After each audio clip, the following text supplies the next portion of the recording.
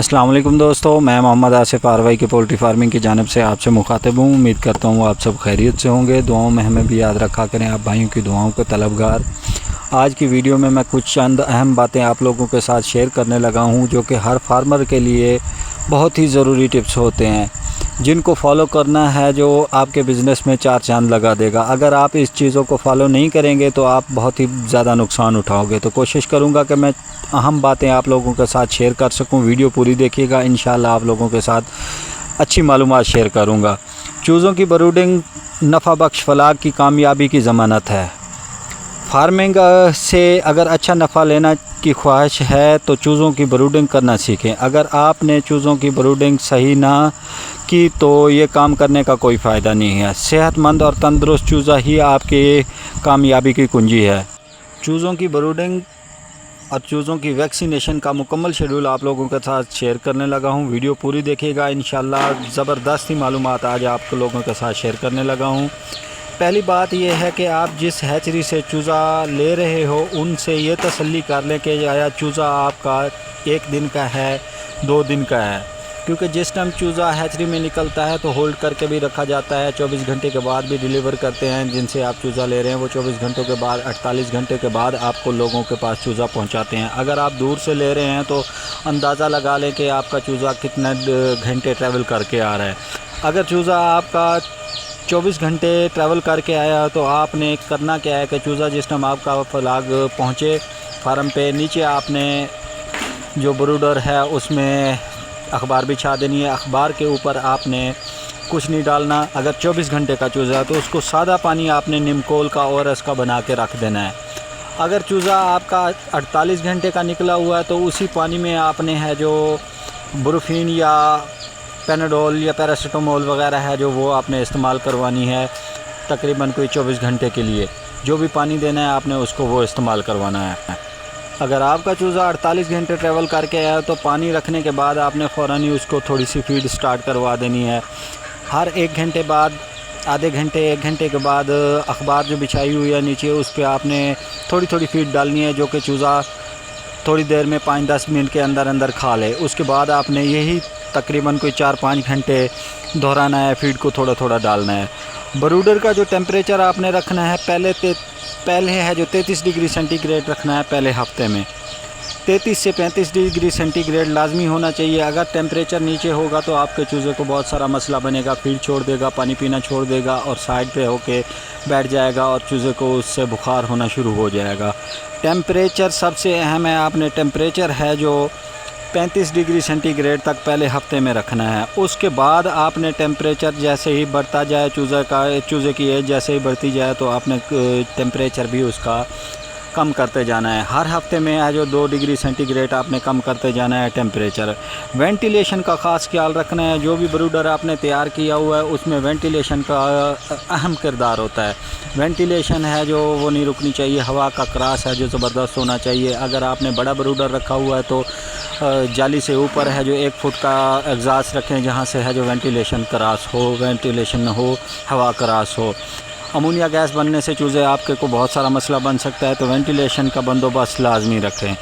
पहले हफ्ते में 3 दिन के अंदर चूज़े को फ्लैशिंग करवाना लाजमी है।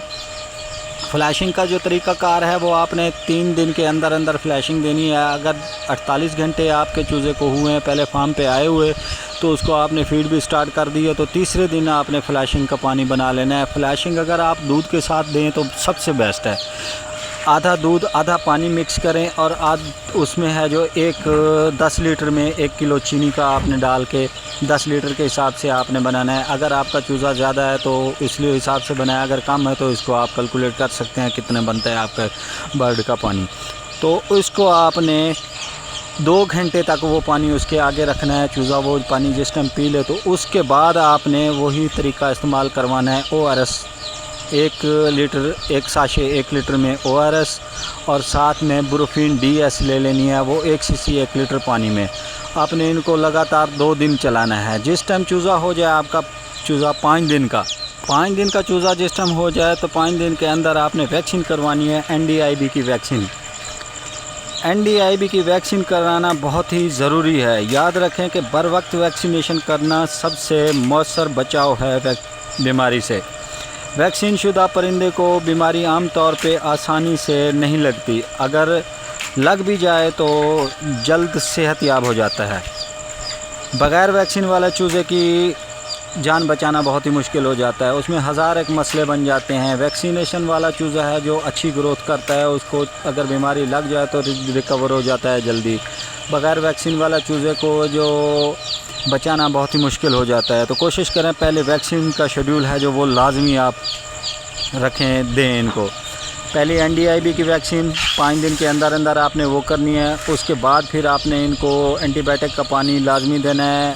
बुरोफिन DS हो गई या ऑगमेंटन DS हो गई, इसका पानी आपने लाजमी पिलाना है। 12 घंटे तकरीबन उसको आपने वो पानी पिलाना है ज़रूरी। जिस टाइम आपने वैक्सीन करनी है उसके एक दिन के बाद आपने अपने चूज़ों को विटामिन है जो वो लाजमी देना है। विटामिन किसी अच्छी कंपनी का आपने इस्तेमाल करवाना है। विटामिन परिंदों को है जो तंदुरुस्त रखेगा। अगर आपने विटामिन ना दिया तो परिंदे आहिस्ता आहिस्ता कमज़ोर होना शुरू हो जाते हैं और ग्रोथ भी रुक जाती है और उसके बाद उनकी मोर्टेलिटी शुरू हो जाती है। जिन चूज़ों को आपने विटामिन नहीं देना है तो उनकी कुछ निशानियां आपको बताता हूं कि कौन सी उनको निशानियां हैं जिससे वो पता चलता है कि भाई ये कमज़ोरी की तरफ जा रहे हैं। विटामिन की कमी की निशानियां हैं आँखें बंद होना या सूज जाना, विटामिन A की कमी है। ये चूज़ा आपका विटामिन A की कमी की वजह से है जो वो चूज़ा आँखें बंद कर रहा है, आँखें सूज रही हैं, इसकी वजह भी एक हो सकती है। नंबर 2 पे कमर टेढ़ी होना या टांगों से कमज़ोर होना, विटामिन B या D की कमी है। तो आपने विटामिन वो इस्तेमाल करवाना है जिनमें vitamin A, vitamin B, vitamin C, सारे कैल्शियम इसमें विटामिन मौजूद हों, आपने वो इस्तेमाल करवाना है। पर झाड़ना या मुर्गी का सुस्त होना भी विटामिन B, विटामिन E की कमी भी होती है। इन सब मुश्किलों से निजात के लिए किसी अच्छी कंपनी का विटामिन इस्तेमाल करवाएं। जिस वक्त आपका चूज़ा 9 दिन का हो जाए तो 9 दिन से 12 दिन के दरमियान आपने फिर उसको एक फ्लैशिंग देनी है दूध और चीनी की। उसके बाद आपने 12 दिन, 11 दिन या 12 दिन के ऊपर है जो गंबोरों की वैक्सीन आपने करवानी है। शार्ट 2 की करवा दें या गंबोरो A करवा दें, B उसके बाद फिर करवानी पड़ती है। तो ये गंबोरों की वैक्सीन है जो ये लाजमी करवाना है। अगर आपको कहीं पे शक हो रहा है इससे कम एज में गंबोरों का मसला हो रहा है तो आपने दूध है जो चूज़े को हर 2 दिन के बाद आपने दूध लाजमी देना है। उम्मीद तो है कि भाई इसमें कोई मसला नहीं होगा, अगर हो भी जाता है तो दूध आपने इस्तेमाल लाजमी करवाना है। 12 दिन के बाद आपने चूज़े को वही विटामिन देना है। अगर ज़रूरत पड़े एंटीबायोटिक की तो आपने वो चलानी है। वो उस टाइम की कंडीशन देख के ही फ़ैसला किया जा सकता है कि कौन सी एंटीबायोटिक किस टाइम चलानी चाहिए। अगर इस बारे में आपको मशवरा चाहिए, कोई चूज़ा सुस्त हो रहा है तो मुझसे रब्ता कर सकते हैं, इंशाल्लाह आपको अच्छी रहनुमाई करवाएंगे। और जिस टाइम चूज़ा हो जाए 18 दिन से 21 दिन का तो उस टाइम आपने एंडीलेसोटा की इसको वैक्सीन करवानी है। एक बात जहन में ज़रूर रखें कि भाई जिस टाइम आपने वैक्सीन करवानी है तो उससे एक दिन पहले आपने एंटीबायोटिक उनको बंद करवा देना है और चूज़े को है जो रेस्ट देनी है। उसके बाद आपने वैक्सीन करनी है। वैक्सीन के फ़ौरन ही बाद एक पानी सादा देना है। उसके बाद आपने विटामिन और उसके साथ एंटीबायोटिक आपने बुखार के लिए कोई भी इस्तेमाल करवा सकते हैं। जिस टाइम चूज़ा 28 दिन का हो जाए तो फिर आपने अगर गंबोरों की वैक्सीन शार्ट 2 नहीं की है तो फिर आपको गंबोरो B है जो वो करवानी पड़ेगी। गंबोरो B वैक्सीन कराएं 28 दिन के ऊपर। जिस टाइम चूज़ा आपका हो जाए 45 दिन का तो फॉल पॉक्स की वैक्सीन है जो वो इंजेक्ट करनी पड़ती है। वो वैक्सीन आप इनको इंजेक्ट कर सकते हैं। जो चमड़ी होती है इनकी चूज़े की परों के साथ में, उसमें जो वो वैक्सीन इंजेक्ट करनी पड़ती है। वो इंजेक्ट करने के बाद चूज़ा आपका सेट हो जाएगा। हर महीने बाद आपने फिर NDIB की वैक्सीन है जो रिपीट करनी है 1 महीने के बाद। तो इंशाल्लाह आपको इस शेड्यूल को फॉलो करने के बाद आपको कोई प्रॉब्लम नहीं होगी। अगर किसी किस्म का कोई मसला हो जाए तो मेरा नंबर स्क्रीन पे मौजूद है, हमसे रब्ता कर सकते हैं। किसी दोस्त को Day 1 का चूज़ा चाहिए, किसी किस्म का भी चूज़ा चाहिए, हमसे रब्ता करें।